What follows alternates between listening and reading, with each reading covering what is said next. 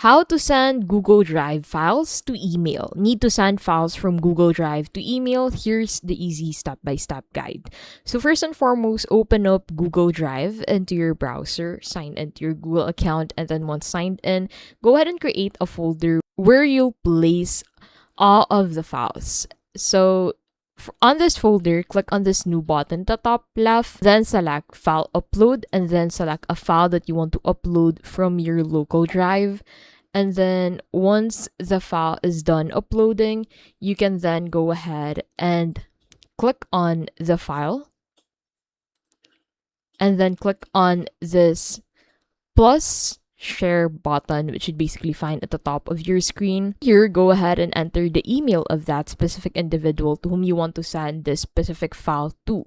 So enter their email here, and then go ahead and place your message in here, and then set their access to the file.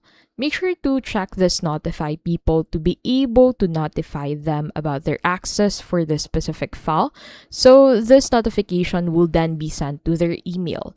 And that is how you can basically send Google Drive files to email.